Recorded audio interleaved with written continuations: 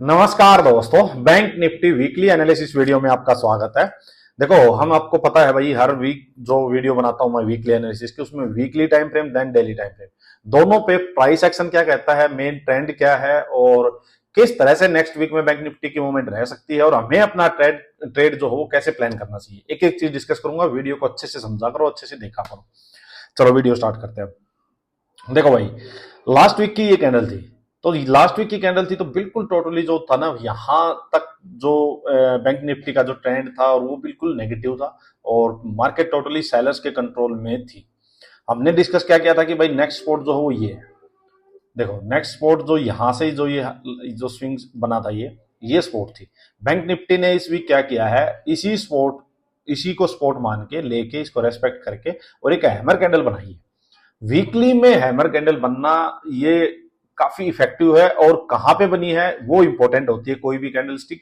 देखो, बनी है ये स्पोर्ट पे आके और ऊपर से एक बड़ा फॉल आया भाई, बहुत बड़ा फॉल बैंक निफ्टी ने दिया। देखो, अराउंड 4200 पॉइंट्स, करीब करीब 8% बैंक निफ्टी 3 वीक में गिर गया और गिर के, और स्पोर्ट पे एक हैमर कैंडल बनी है वो भी वीकली में। तो देखो, पहले तो चलो ट्रेंड को डिस्कस करते हैं। देखो ट्रेंड क्या है भाई, पहले हम डाउ थ्योरी देखते हैं। देखो, ये जो जितने भी हायर लोज थे बैंक निफ्टी का, ये लो बना था, फिर ये हायर लो बना था। इस बार भी ये लो जो है ब्रेक नहीं हुआ। देखो, डेली में एक बार नीचे आया था, बट ये वापस से जो क्लोजिंग हुई है ये ऊपर हुई है। क्लोजिंग ही इंपॉर्टेंट होती है, तो इसको इसने रेस्पेक्ट किया है। तो अभी तक अपना जो ट्रेंड है, ट्रेंड का वीकली में, वो इंटैक्ट है। बात आ गई ट्रेंड की, ये तो हो गया इंटैक्ट। इस कैंडल की साइकोलॉजी मैं आपको समझा देता हूं। साइकोलॉजी क्या है इसकी कि भाई, यहां से सेलर्स का जो प्रेशर आ रहा था, सेलर्स बिल्कुल एग्रेसिव थे और बिल्कुल इसी एग्रेशन में सेलर्स नीचे तक खींच के लाए, इसको रिटेस्ट किया, एक बार नीचे भी गए। बट जैसे इसके आसपास आए हैं, यहां से वापस ये बायर्स का जोन था और यहां पे आके यहां बायर्स एक्टिव हुए हैं, बाइंग आई है। अपने लो से 50,200 के अराउंड से बैंक निफ्टी ने 51,200 के अराउंड, मतलब करीब 1000 पॉइंट अबोव जाके बैंक निफ्टी ने क्लोज करवाया है। सो यहां से हमें पता लग रहा है कि भाई यहां बायर्स बैठे हुए हैं। ठीक है, अब ट्रेड कैसे प्लान करना है। अगर किसी को वीकली के अकॉर्डिंग ट्रेड लेना हो, मान लो किसी को पोजिशनल ट्रेड लेना हो, मैं उसको उसके लिए चीज बताता हूं क्या है। यहां से अपना जो वीकली का जो ट्रेंड है वो चेंज नहीं हुआ है, अब ट्रेंड ही है, लास्ट स्विंग को रेस्पेक्ट किया है। अब यहां से अगर कोई बुलिश ट्रेड को प्लान करे तो क्या होगा। देखो, मान लीजिए दो चीजें हो सकती हैं जो मैं हमेशा बोलता हूं कि भाई, बायर्स एग्रेसिव हो तो जहां से ओपन और बायर्स वापस खींच ले जाए। जैसे देखो, यहां हुआ था, जहां क्लोजिंग हुई वहीं से ओपन हुआ और सीधा ऊपर खींच के ले गए। वही चीज अगर यहां हो जाए, बायर्स एक एग्रेसिव, तो एकदम खींच ले जाएगा। दूसरा क्या होता है कि भाई, जब जैसे देखो नीचे से जब चलता है ना ये, ऊपर से फॉल के बाद, तो एकदम से वी शेप रिकवरी नहीं आती। वी शेप रिकवरी आनी भी नहीं चाहिए, वो सस्टेन नहीं कर पाती। क्योंकि तो होता क्या है कि एक बार मार्केट यहीं पे हिलती डुलती हो सकता है, एक बार यहीं बेस बनाए, यहीं पे रुके, तो ना तो ये कैंडल का जो हाई है ये निकले उससे, ना ये लो निकले, इसी के अंदर बैंक निफ्टी ट्रेड करता रहे। उससे क्या होगा कि धीरे धीरे बायर्स ऐड होते रहेंगे। ठीक है, दूसरी चीज क्या हो सकती है कि भाई, नेक्स्ट कमिंग वीक में एक बार एक दो दिन मार्केट नीचे आए, और नीचे आए और वापस जब यहाँ नीचे कहीं एंट्री दे और एंट्री दे के वापस ऊपर खींच जाए, सिंपल। तो अगर कोई नीचे आता है, देखो, तो जिसको भी पोजिशनल ट्रेड लेना हो तो जितना नीचे आए, आप बड़े टाइम फ्रेम देखना कि वीकली में नीचे आ रहा है, डेली में जाके अगर यहाँ कोई प्राइस एक्शन बुलिश बनता है, आपने अपना बुलिश ट्रेड ले लिया, तो आप लेके बैठो। आपका स्टॉप लॉस सिंपल इस कैंडल का लो होगा। इस कैंडल का लो ब्रेक होना मतलब है कि मार्केट में अच्छी खासी सेलिंग का आना। फिर नेक्स्ट जो नीचे जो स्विंग होंगे, मार्केट फिर वो स्पॉट ढूंढने चल पड़ेगी। सो इसका लो और इसका हाई दोनों इंपॉर्टेंट है। इसका हाई निकलेगा तो अच्छी खासी बाइंग साइड में स्ट्रेंथ आएगी, इसका लो निकलेगा तो अच्छी खासी सेलिंग साइड में स्ट्रेंथ आएगी। अपने को करना क्या है, जिसके पोजिशनल ट्रेड लेना हो वो ट्राई करो कि स्टॉप लॉस के जितना नीचे मिल सके वो पोजिशनल ट्रेड लो और आराम से बैठो। फिर अपना वेट करो कि एटलीस्ट इस कैंडल का जो हाई है ये टारगेट होगा, सिंपल।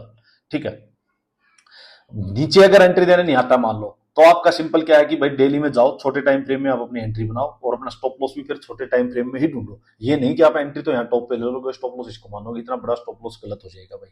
फिर स्टॉप लॉस भी आपको अपना डेली में देखना पड़ेगा, वो मैं भी आपको दिखाऊंगा, सिंपल। ठीक है, इसका हाई निकलेगा, थोड़ी यहाँ रुक के, अगर छोटे टाइम फ्रेम में जाके इसके हाई के पास रुक के मार्केट इसको निकालेगी तो अच्छी खासी यहाँ बाइंग की स्ट्रेंथ आएगी, सिंपल। ये हो गया अपना वीकली का। अब आ जाओ भाई डेली टाइम फ्रेम पे। देखो, जो ज्यादा मैटर करता है अपने लिए स्पेशली।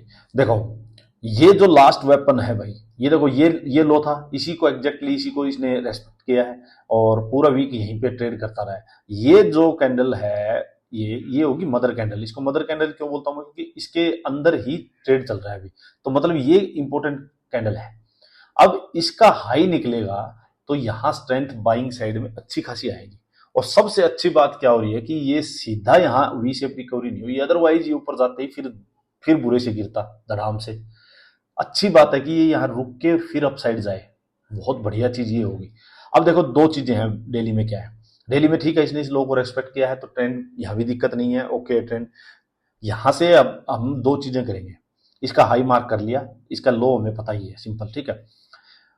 जब तक इसके अंदर अंदर ट्रेड चल रहा है, बात समझो, जब तक इसका अपसाइड ब्रेक नहीं हो रहा है, इसका डाउन साइड ब्रेक नहीं हो रहा, तब तक जो ट्रेड लेंगे भाई उनको लो ऊपर से लो नीचे काट दो, नीचे से लो ऊपर काट दो, यहां बीच में लेके मत बैठो।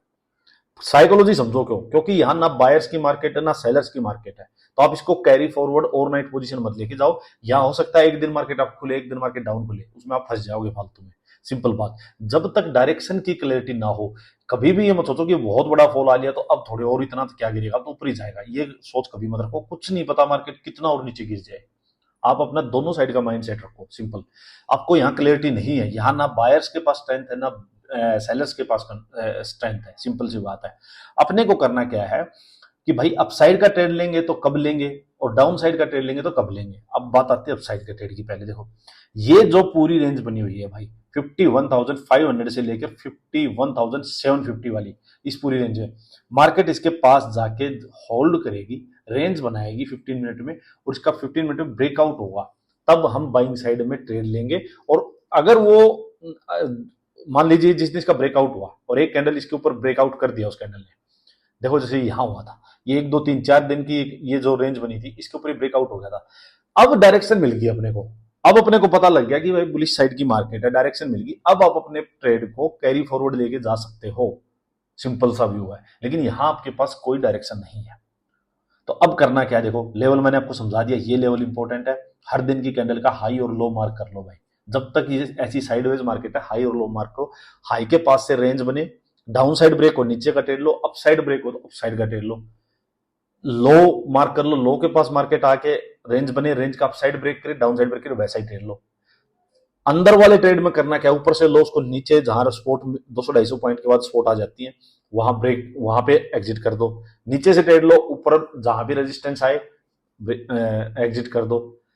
सिंपल, बस इतना रखो। अंदर अंदर के ट्रेड में ज्यादा उछल कूद नहीं करनी है, क्लैरिटी होनी चाहिए। 200-300 पॉइंट घोड़े को चलने को जगह होनी चाहिए, तब भी लो। डे ट्रेंड देख लो कि भाई डे ट्रेंड क्या है, उसी ट्रेंड का ट्रेड लेना है बस, अंदर अंदर के जो ट्रेड हो, जब तक ऊपर या नीचे ब्रेकआउट या ब्रेकडाउन नहीं होते। क्लियर।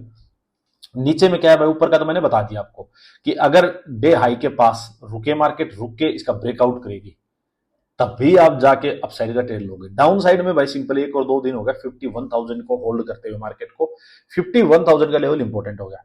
इस कैंडल का लो, डेली की कैंडल का लो देखो, ये डेली कैंडल का लो, इसके पास आए मार्केट और थोड़ी देर इसके पास आके रेंज बनाने लगे और रेंज बना के ब्रेक डाउन कर दे, तो समझो भाई फिर सिंपल, फिर एक बार मार्केट नीचे आ रही है, इस लो को मार्केट रिटेस्ट करेगी और इसके रिटेस्ट करके बॉटम आउट होगी। मतलब देखो ये क्या बोलते हैं, डबल बॉटम फिर ट्रिपल बॉटम हो जाएगी, इसको रेस्पेक्ट करके वापस ऊपर जा सकती है, या फिर भाई मार्केट में स्ट्रेंथ नहीं है इसके पास, थोड़ी देर ट्रेड करेगी, इसको भी ब्रेक डाउन कर देगी। सिंपल। तो अगर ये ब्रेक होता है तो फिर सीधा ये ग्रीन कैंडल जो है इसके लो तक का एक बार एक रास्ता खुल गया, 500 पॉइंट का, और रास्ता खुल जाएगा। सिंपल सी बात अपनी ये है कहने की। आपको ऐसे ही अपना ट्रेड प्लान करना है।